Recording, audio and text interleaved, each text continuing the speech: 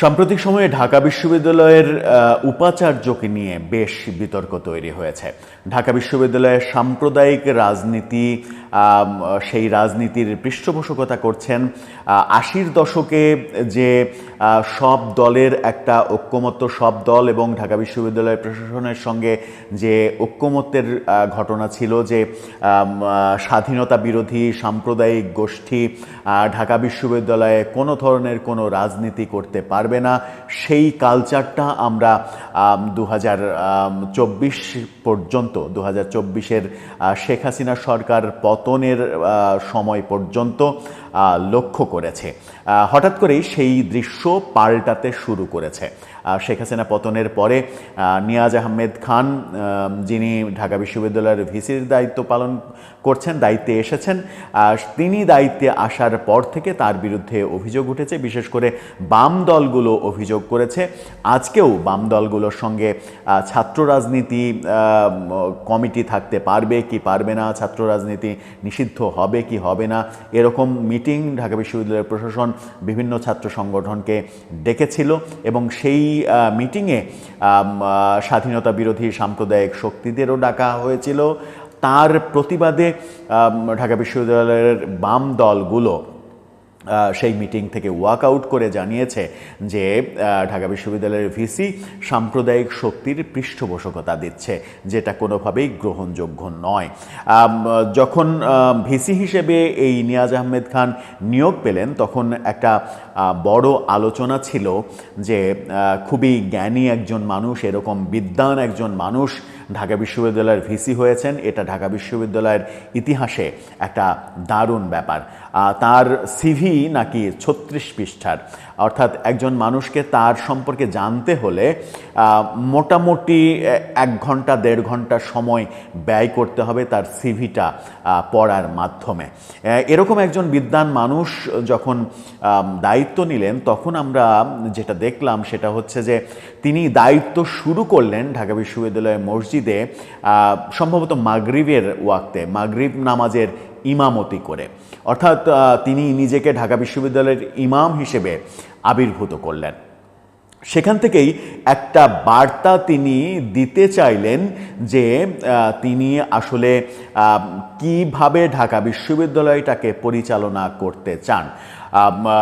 সেটা একটা কারো কাছে পজিটিভ মেসেজ, কারো কাছে নেগেটিভ মেসেজ, কারো কাছে এটা একটা শো অফ করার মেসেজ, কারো কাছে ধর্মকে কেন্দ্র করে নিজেকে অন্যভাবে একটা সুফিভাবে জাহির করার একটা প্রসেস, নানাভাবে নানাজন বিশ্লেষণ করেছেন।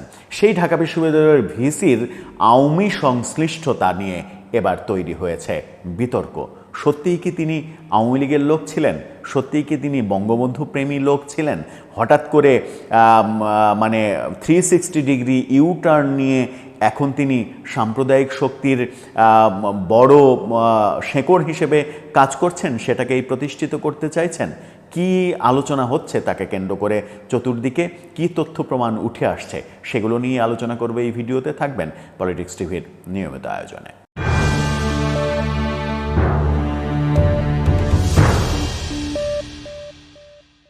দর্শক, পলিটিক্স টিভির নিয়মিত ভিডিওগুলো স্পন্সর করছে প্রজাপতি.টিভি, নতুন ওটিটি প্ল্যাটফর্ম। আপনারা চাইলে ইউটিউবে, ফেসবুকে, ইনস্টাগ্রামে, টিকটকে দেখে নিতে পারেন। ডেসক্রিপশন বক্সে লিঙ্ক দেওয়া থাকবে, সেখান থেকেও আপনারা দেখে নিতে পারেন প্রজাপতির কার্যক্রম। চলে যাচ্ছি মূল ভিডিওতে। বলছিলাম ঢাকা বিশ্ববিদ্যালয়ের ভিসির আওয়ামী সংশ্লিষ্টতার কথা, যে অভিযোগটা এখন আসছে। জুলাই অভ্যুত্থানের বর্ষপূর্তির দিনে টিএসসিতে ছাত্র শিবিরের যে ফটো গ্যালারি প্রদর্শনী, সেই প্রদর্শনী কিভাবে আয়োজনের অনুমতি দিল ঢাকা বিশ্ববিদ্যালয়, সেটা নিয়ে তুমুল বিতর্ক তৈরি হয়েছিল। সেখানে দেখা গেছে যে চিহ্নিত যুদ্ধাপরাধীদের ছবি দিয়ে তারা ফটো প্রদর্শন করার চেষ্টা করছে এবং সে তাদেরকে ওন করার ঘোষণা দিচ্ছে। সেটাকে নিয়ে বাম দলগুলোর আপত্তি এবং আপত্তির মুখে ছবিগুলো সরিয়ে নেওয়া, এরকম ঘটনাগুলো আমরা দেখেছি, যার অনেকেই তীব্র সমালোচনা করেছেন। এবং সেই সময়ে 5 তারিখে সবথেকে বেশি আলোচিত ঘটনা হিসেবে এটাকেই উল্লেখ করা যায়। সেরকম একটা পরিস্থিতিতে যখন সবাই বলছিলেন এবং সবাই আলোচনা করছিলেন যে ঢাকা বিশ্ববিদ্যালয়ের ভিসি বর্তমানে সাম্প্রদায়িক শক্তিকে পৃষ্ঠপোষকতা দিচ্ছে, তখনই তার আওয়ামী সংশ্লিষ্টতা নিয়ে অনেকে কথা বলছেন। সামাজিক যোগাযোগ মাধ্যমে AKM ওয়াহিদুজ্জামান নামে এক ব্যক্তি ফেসবুকে একটা ছবির মাধ্যমে একটা পোস্ট করেছেন। সেই ছবিতে দেখা যাচ্ছে সাবেক জনপ্রশাসন প্রতিমন্ত্রী ফরহাদ হোসেন তার সঙ্গে অনলাইন জুম মিটিং করছেন অনেকেই। সেখানেই ঢাকা বিশ্ববিদ্যালয়ের বর্তমান ভিসি, তিনি IUBর প্রো ভিসি হিসেবে দায়িত্ব পালন করছিলেন সেই সময়। এটা 2021 সালের ঘটনা। 2021 সালে তিনি সেই মিটিংয়ে অংশ নিয়েছেন। মিটিংটা ছিল হচ্ছে জাতীয় শোক দিবসের আলোচনা। জাতীয় শোক দিবসের আলোচনায় তিনি উপর থেকে যদি হিসাব করা যায় তাহলে এই 4 নাম্বার ছবিটা তার, তিনি বঙ্গবন্ধুকে কেন্দ্র করে একটা ব্যানারের সামনে অবস্থান নিয়ে মুখে মাস্ক পরে অংশগ্রহণ করেছিলেন। এখন প্রশ্ন হচ্ছে, তার যদি অনেকেই বলছেন যে তিনি IUBর প্রভিসি হিসেবে সেখানে উপস্থিত হতে বাধ্য হয়েছেন, এমন ঘটনাও তো হতে পারে। তো এমন ঘটনা যদি হয় তাহলে তিনি বঙ্গবন্ধুর ব্যানারের সামনে বসে তো এটার উপস্থিত হওয়ার কথা নয়। সাধারণভাবে চেয়ারে বসে তিনি উপস্থিত হতে পারতেন। পেছনে বঙ্গবন্ধুকে স্টাবলিশড করে তিনি যখন উপস্থিত হচ্ছেন তখন বোঝা যাবে হয় তিনি আওয়ামী লীগ করেন, অথবা তিনি আওয়ামী লীগের সুবিধাপ্রাপ্ত একজন মানুষ, যাকে প্রতিনিয়ত সরকারকে বোঝাতে হয়েছে যে আমি বঙ্গবন্ধুর লোক, আমি আওয়ামী লীগের লোক, আওয়ামী লীগ এবং বঙ্গবন্ধুর ওপরে আমার প্রেম একেবারে উতলে পড়া প্রেম। সেই পোস্টটা দিয়ে ওয়াহিদুজ্জামান যেটা লিখেছেন এবং সেই পোস্টটাকে আবার আলোচিত সাংবাদিক শাহেদ আলম শেয়ারও করেছেন। মূলত শাহেদ আলমের শেয়ারের মাধ্যমে ব্যাপারটা রাষ্ট্র হয়ে গেছে। সেই পোস্টে লেখা হয়েছে, পিছনে শেখ মুজিবের ছবি টাঙিয়ে মুখে মাস্ক লাগিয়ে গুপ্ত মিটিংয়ে হাজিরা দেওয়া লোকটার বিরুদ্ধে কেন বিপ্লবীরা মুখ খুলছে না? বাই দ্য ওয়ে, 36 পৃষ্ঠার বায়োডাটায় ওনার এই কৃতিত্বের উল্লেখ নাই। অর্থাৎ 36 পৃষ্ঠার যে বায়োডাটা, সেই বায়োডাটাতে এই ইনফরমেশনটা নেই। এই যে ছবিটা সামনে আসলো, এই ছবিটা সামনে আসার পরে অনেক কিছুই সামনে আসতে এবার শুরু করেছে। সেই সামনে আসার শুরুতে আমরা দেখতে পাচ্ছি যে ছবিটা নিয়ে তিনি পোস্ট করেছিলেন, সেই ছবিটা ছাপা হয়েছিল ডেইলি স্টারে। ডেইলি স্টারের সেই তখনকার হেডিংটা আপনারা দেখে নিতে পারেন। 15 আগস্ট 2021 ডেইলি স্টারে ছাপা হয়েছিল। সেখানে বলা হচ্ছে সেই ছবিটা নিয়ে যে IUBর আয়োজনে এই সেমিনারটা হয়েছিল জাতীয় শোক দিবস হিসেবে, যেখানে তিনি উপস্থিত ছিলেন। তার মানে হচ্ছে তার বিশ্ববিদ্যালয়ের আয়োজনেই এটা হয়েছিল, সেখানে ফরহাদ হোসেন চিফ গেস্ট হিসেবে উপস্থিত ছিলেন। পরে আর একটা ছবি এসেছে, সেখানে দেখা যাচ্ছে যে বঙ্গবন্ধুর জন্মবার্ষিকী এবং জাতীয় শিশু দিবস 2023, সেই উপলক্ষে বঙ্গবন্ধুর স্মৃতিফলকে ধানমন্ডি 32-এ তিনি ফুল দিচ্ছেন। সেই ছবিটা দেখেন। এরপরের ছবিটা যেটা আসছে সেটা হচ্ছে যে IUBর বঙ্গবন্ধু ও মুক্তিযুদ্ধ কর্নার, সেই কর্নারে একটা চেয়ার পেতে বসে পোজ দিয়ে তিনি ছবি তুলেছেন। সেই ছবির পরে আমরা যেটা দেখছি সেটা হচ্ছে যে বঙ্গবন্ধুকে নিয়ে আয়োজিত এক সেমিনারে বঙ্গবন্ধুকে নিয়ে তিনি কথা বলছেন। এরপরের ছবিতে আমরা দেখছি যে ওই বঙ্গবন্ধুর 2023 সালে যে ফুল দেওয়ার ছবি, সেই ছবিতেই র্যালি করে, ফুলের ডালা নিয়ে র্যালি করে তিনি আসছেন 32 নম্বরে বঙ্গবন্ধুর বাড়িতে। এরপরে আমরা দেখছি বঙ্গবন্ধু ও মুক্তিযুদ্ধ জাদুঘর IUBর যে লাইব্রেরি, সেই লাইব্রেরিতে শেখ হাসিনা আমলের আলোচিত আমলা কবি কামাল হিসেবে নামে যাকে সবাই চেনেন, তার পাশে দাঁড়িয়ে ঢাকা বিশ্ববিদ্যালয়ের বর্তমান ভিসি, তখনকার IUBর প্রো ভিসি। এরপরের ছবিটা খুব মজার এবং খুবই ইম্পর্ট্যান্ট।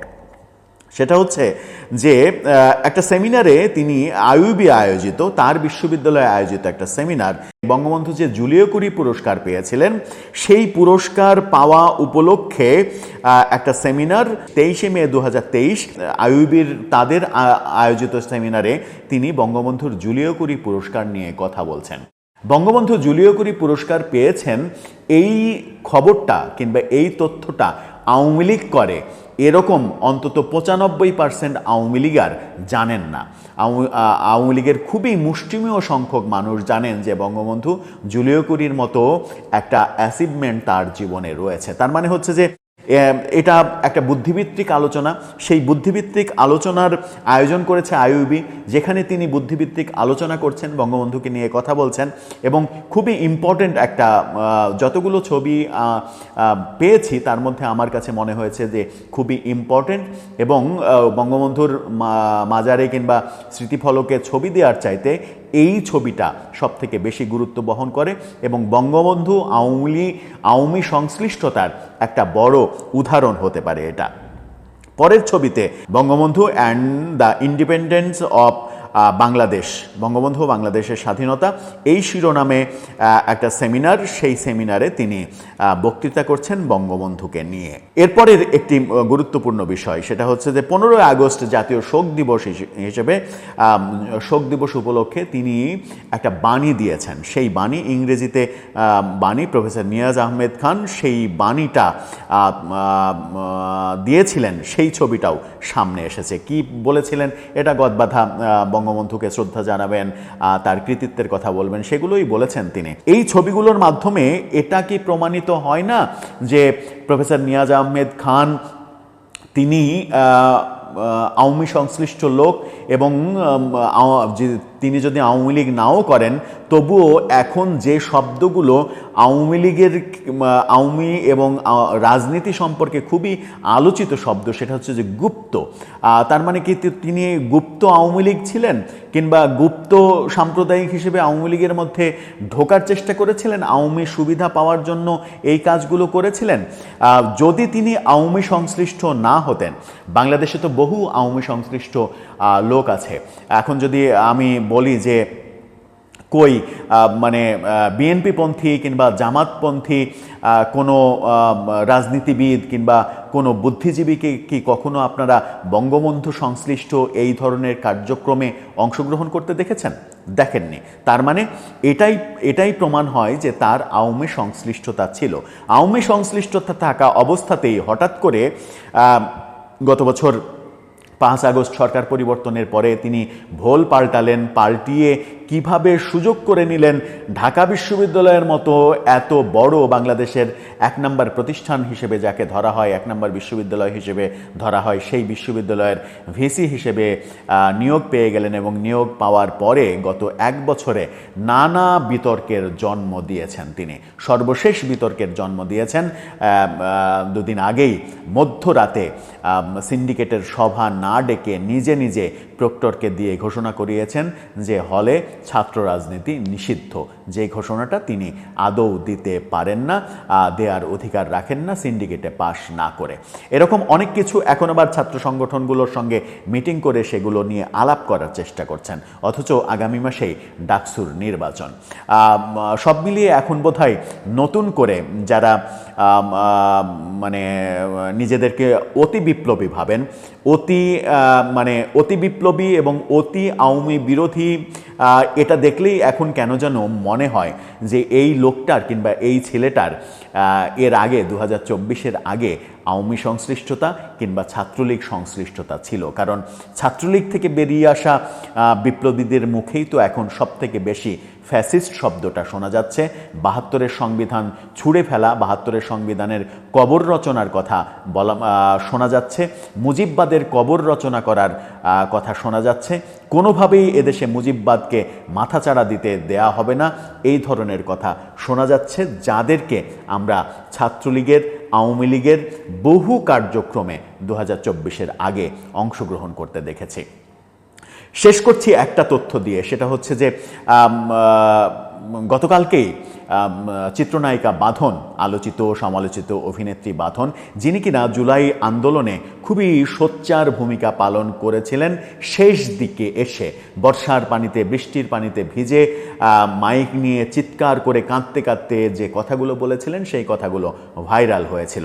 যদিও গোটা আন্দোলনে তাকে দেখা যায়নি, শেষ দিকে এসে তার ওই চিৎকার চেঁচামেচিটা অনেক বেশি ভাইরাল হয়ে গিয়েছিল।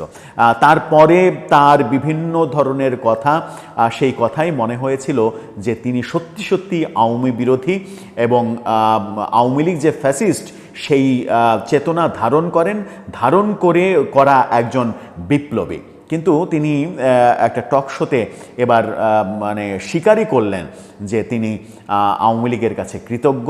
আওয়ামী লীগের আমলেই তিনি তার মেয়ের অভিভাবকত্ব ফিরে পেয়েছেন এবং আওয়ামী লীগের আমলে তিনি আওয়ামী লীগ মানে পাওয়ার পলিটিক্স করার চেষ্টা করেছেন, পাওয়ারের কাছাকাছি থাকার চেষ্টা করেছেন। এই পাওয়ারের কাছাকাছি থাকার চেষ্টার কারণ হচ্ছে তার স্বামী একজন আর্মি অফিসার, প্রাক্তন স্বামী।